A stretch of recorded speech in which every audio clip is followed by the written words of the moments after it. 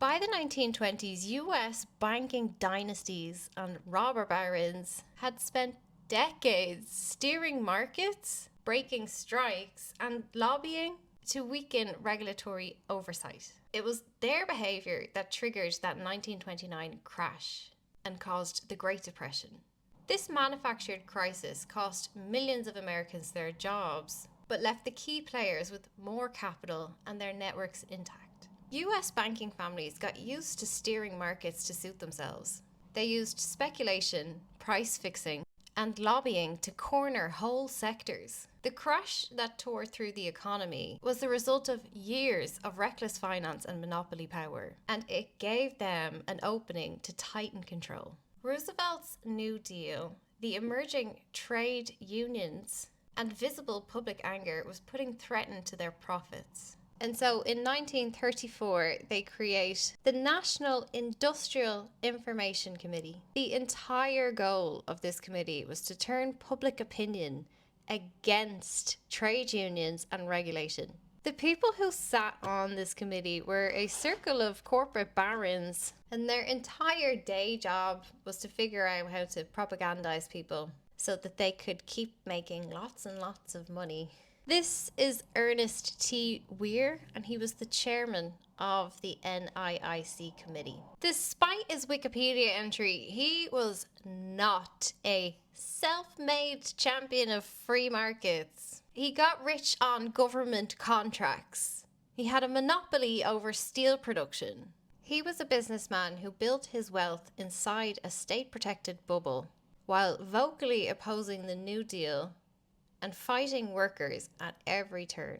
His company, National Steel, was actually a merger, a consolidation of Great Lakes Steel, Weirton Steel, and M.A. Hanna subsidiaries.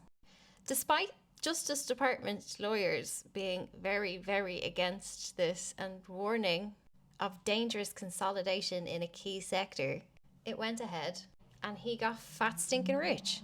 His company benefited directly from tariffs on steel. He had priority railway access, and he got concessions on cheap power from the Ohio River. That is not the open market. That is a government-built wealth shelter.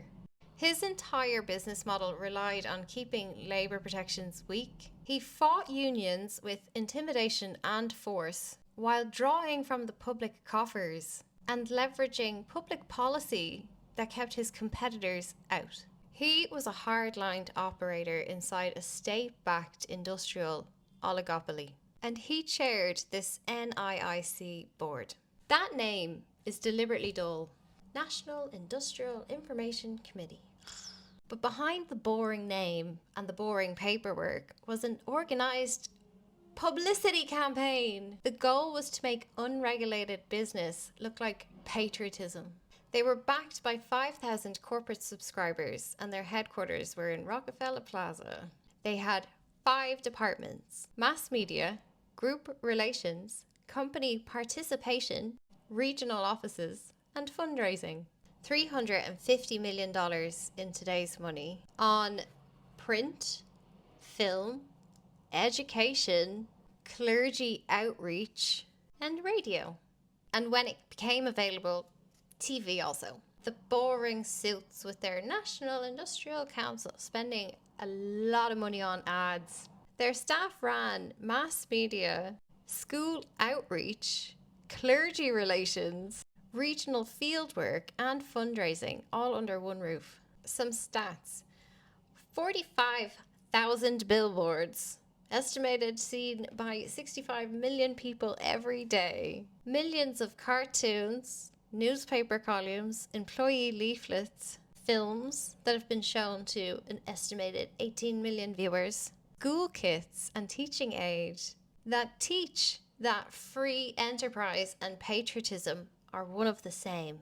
They would send business-friendly materials to the houses of pastors and priests and ministers, and they would pay for radio slots and commentators. Everything tied words like prosperity and personal liberty to unregulated, ungovernable big business.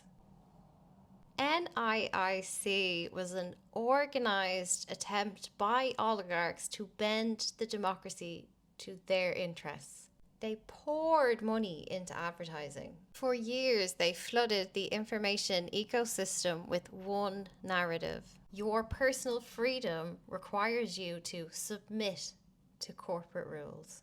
It was a corporate propaganda bureau designed to make filthy private power look like your national destiny.